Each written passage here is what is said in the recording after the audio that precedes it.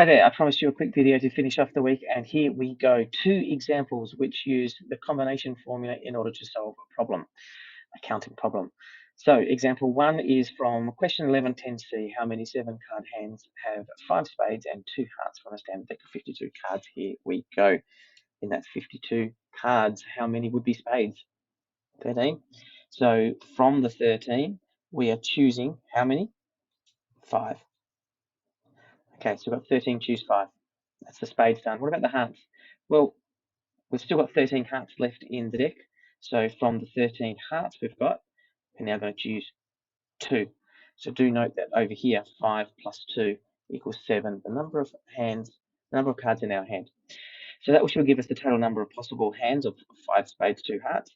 13C5 times 13C2, absolutely use your calculator for that. So you can use the menu and go into probability, or you can just type it in. 13C5 looks like that. And then I'm going to multiply by 13C2. Now, I didn't talk about that in the video, but the reason why we're multiplying is because we are choosing 5 spades and 2 hearts. There's that magic word and as soon as you see the magic word and, you know that we're talking about multiplication. If you hear the magic word or, then we're talking about addition.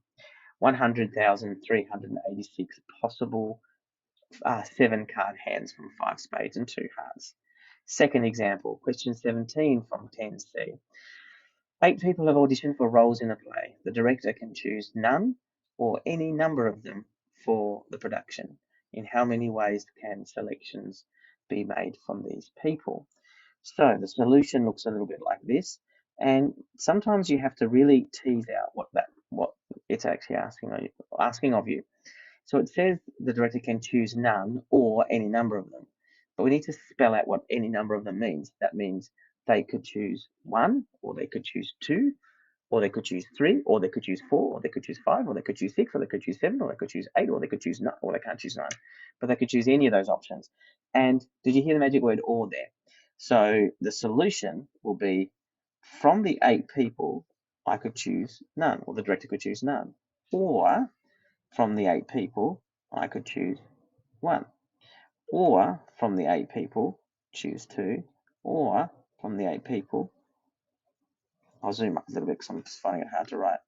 From the 8 people, choose 3, or from the 8 people, choose 4, or from the 8 people, choose 5, or from the 8 people, choose 6, or from the 8 people, choose 7, or from the 8 people, choose 8. And they are my options. All I need to do now is calculate what that is. And I can tell you for a fact this is going to be 2 to the power of 8, which I think is 256, but I'll have to confirm that on my calculator. That was pretty quick, wasn't it? On Monday, we will explore exactly why I was able to do that so quickly. But let's have a look at it manually so that you get a sense of it. So we've got NCR 8, 0. I'm going to cheat a little bit here, but it's just a matter of typing. I'm doing copy and paste. Copy. And then I'm going to go plus 1